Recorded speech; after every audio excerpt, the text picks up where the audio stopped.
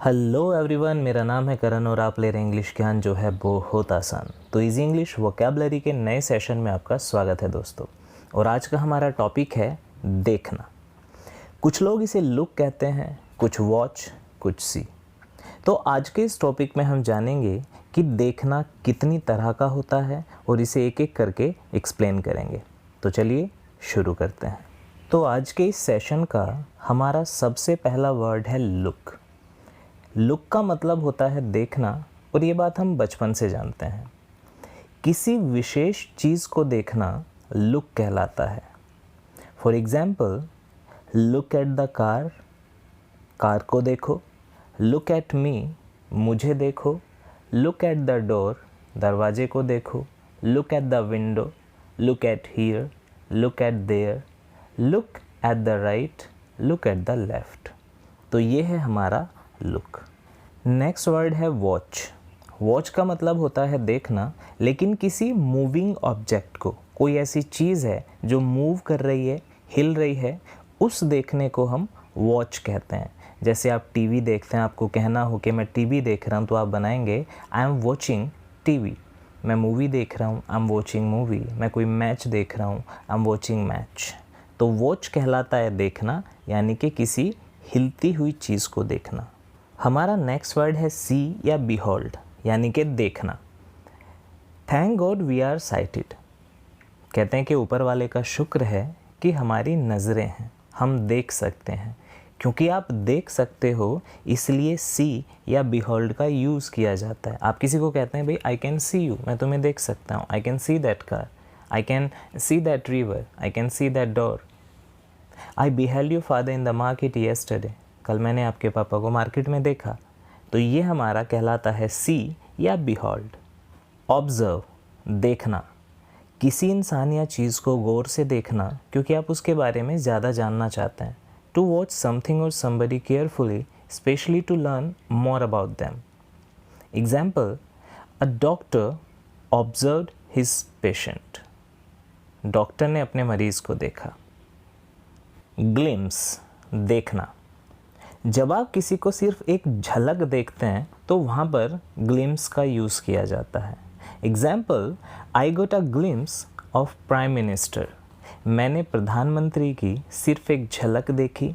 या आप बोल सकते हैं कि मैंने प्रधानमंत्री को सिर्फ एक झलक देखा। तो जब भी आपकी नज़र किसी के ऊपर सिर्फ क्विक टाइम के लिए पड़े, आपको बस हल्की सी झलकी उसकी दिखाई दे, तो वहाँ पर आप ग्लिम्स का यूज़ करते हैं। स्टेयर, देखना। किसी को लगातार देखना या उसे घूरते रहना स्टेयर कहलाता है। वैसे कभी किसी को घूरना नहीं चाहिए। एग्जाम्पल है, डोंट स्टेयर एट मी। अगर कोई आपको घूर रहा है तो आप उसे बोल सकते हैं कि भाई मुझे घूरो मत, डोंट स्टेयर एट मी, मुझे घूरो मत। तो स्टेयर होता है जब आप किसी को टकटकी लगाकर देखते जाएं या आप उसे घूरते जाएं लगातार, वहाँ पर आप स्टेयर का यूज़ करते हैं। नेक्स्ट वर्ड इज़ गेज, देखना। गेज बहुत प्यारा वर्ड है और स्पेशली ये प्यार से देखने के लिए या किसी चीज़ को प्यार से निहारने के लिए ही यूज़ किया जाता है। अगर आप फर्स्ट टाइम हिल स्टेशन जाएंगे तो वहाँ का नज़ारा देखते रह जाएंगे, मन ही नहीं करेगा आपका वापस आने का। वहाँ की valleys, greenery, snow capped mountain, waterfalls awesome feeling देते हैं। जिन बादलों को अक्सर हम आसमान में अपने ऊपर से जाते हुए देखते हैं, वहाँ जाकर वही बादल आप अपने हाथों से छू सकते हैं। वो आपके साथ साथ चलते हैं और कभी कभी तो ऐसा होता है कि आप उन बादलों से ऊपर होते हो। तो हक बनता है आपका ऐसे नज़ारों को प्यार से देखने का।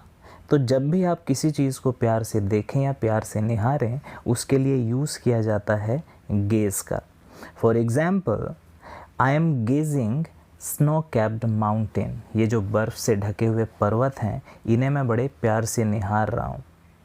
Mother is gazing at her child. माँ अपने बच्चे को प्यार से निहार रही है। पीयर, देखना। किसी चीज़ को ध्यान से देखना क्योंकि आपको वो चीज़ साफ नहीं दिख रही है। टू लुक क्लोजली और carefully at something, specially when you can't see it clearly.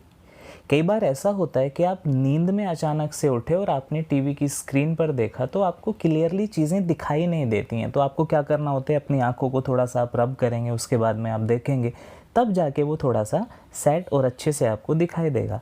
या आपकी आई साइट कमज़ोर है और आपने चश्मा नहीं लगाए हो, अपने स्पेक्स भूल गए हैं, नहीं लगाए हुए हैं, उस टाइम पर आपको वो चीज़ें धुंधली दिखाई दे सकती हैं।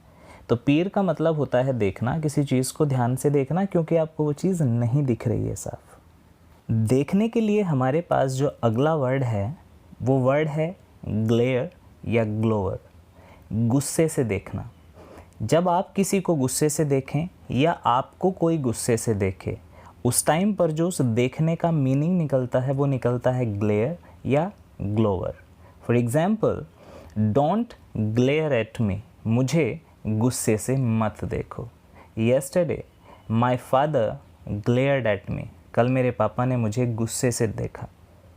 तो गुस्से से देखना कहलाता है ग्लेयर।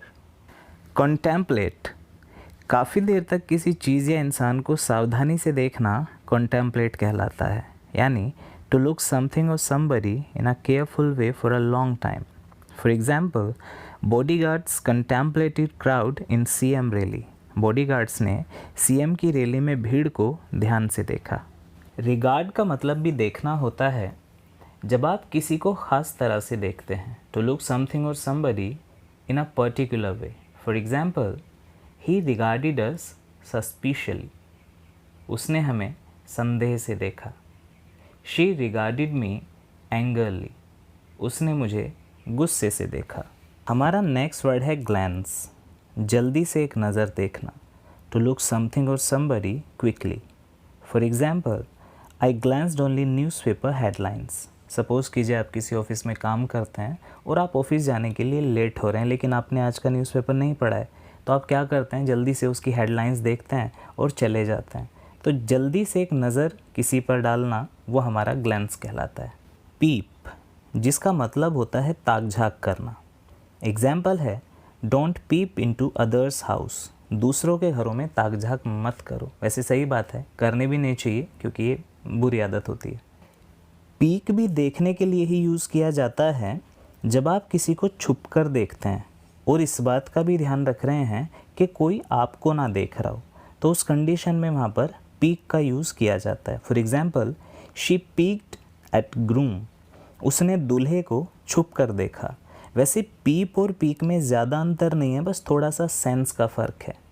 सो फ्रेंड्स, अगर आपको आज का टॉपिक पसंद आया है तो चैनल को लाइक, शेयर एंड सब्सक्राइब करना ना भूलें। तो मिलते हैं नेक्स्ट क्लास में नेक्स्ट टॉपिक के साथ। Till then, have a nice time guys.